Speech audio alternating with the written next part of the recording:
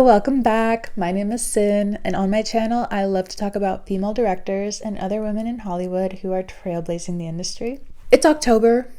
We're nearing the end of October, and I wanted to do like a 5-day mini series counting down the days to Halloween. It's my favorite holiday. Maybe I will start dressing up. Oh man, I should. Or maybe I'll just dress up on the 31st. Let's not be super ambitious. Today, I wanted to talk about this movie, Raw. I think in French it's Crave. Crave. I might be saying that wrong. I'm probably going to butcher so many things in this episode, but I needed to talk about it. So this is a 2016 coming-of-age body horror film written and directed by Julia Ducournau. I know I most likely said her name so wrong. This movie is literally insane. I watched it this morning.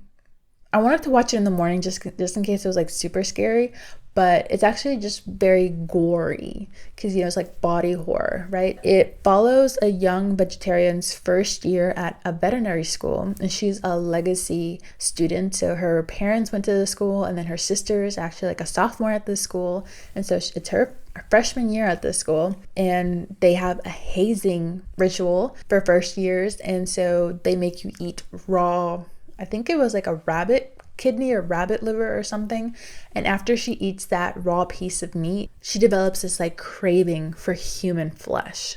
I feel like I say this about every movie, but every movie I watched so far is just so fucking good. I love this movie. It was so like psychologically torturing because it's like I don't know how else to explain it. Like, I don't want to spoil it for you guys, even though this came out in 2016, so it's been out for a while, and it had great commercial success. It was critically acclaimed when it came out, although some people were critical of the graphic content because, she's wanting to consume human flesh.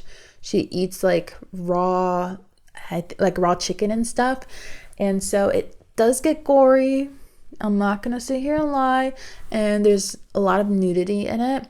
I personally think it adds to the story, her and her sister like bonding and stuff, and like there was a scene where like they were drunk one night and they were like pissing off the rooftop, and like that was really funny, and like you see their butts, and her roommate, like she walks in on her roommate getting fellatio, but again it's like half of a second, but I think it's like the exposition of him as a character, considering he is pretty important to the story. So yeah, it's graphic, it's sexual because like, hey, they're in college, they have parties, there's hazing. It gets pretty real and raw, and it's for mature audiences. That's all I'm gonna say. It's definitely a movie I would recommend, and definitely around Halloween for sure. I feel like I like body horrors. I'm starting to realize, because they're not as scary. They're more like suspenseful. You're just like always in awe. You're always in shock. I never really know like where something is headed, how it affects people, where their psyche is. Watching that person kind of morph and transform into something different by the end of it, I feel like is what I'm intrigued by more so than afraid of.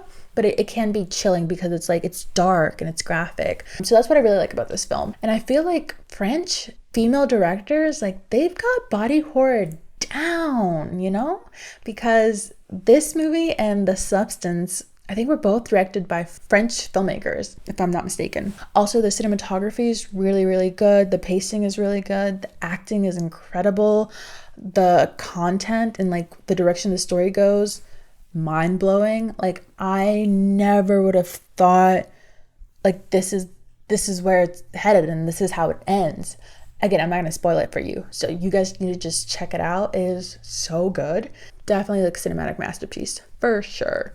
It's also interesting the fact that it's a coming of age film under that horror I want to say genre and horror, under the horror genre.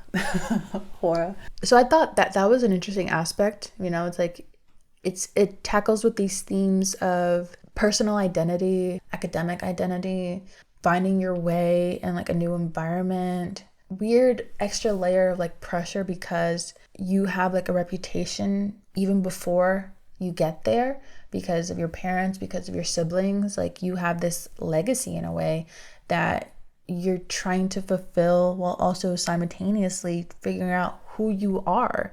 Like, figuring out who you are in and of itself is already so difficult. Imagine trying to do that in an environment where people kind of already put you in this box because of who your family is.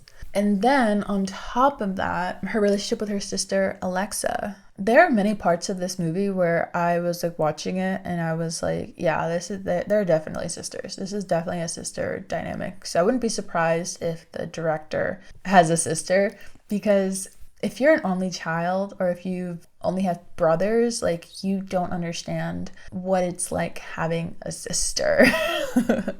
And so, like, it's complicated and messy, and I can't even begin to explain the dynamics of like a sister relationship.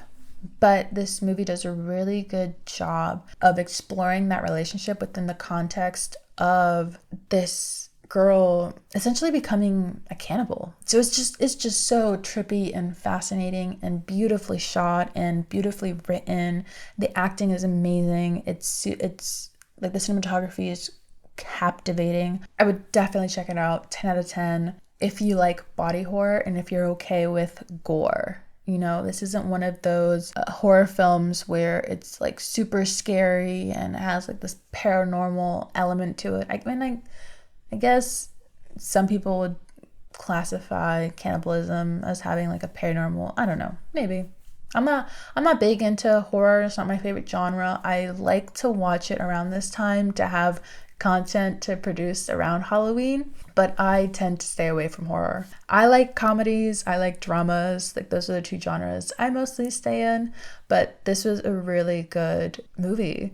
I was so focused, I'm so sorry, this podcast focuses on female directors and I didn't really do any research on her because I was so engulfed and so enamored by the film itself. I was just so consumed by the film.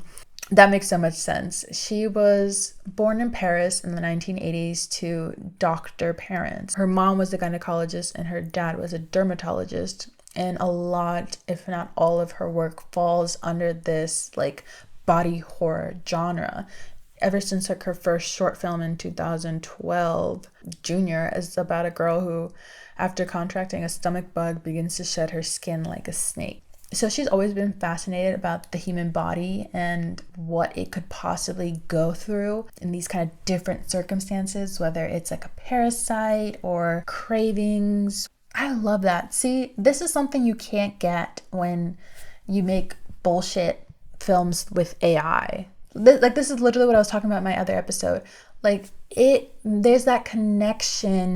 There's that connection because she grew up in like a medical field with medical parents who were doctors who inspired her to explore through filmmaking the changes anybody could go through in different contextual circumstances. Can an AI model have that level of personal experience and depth?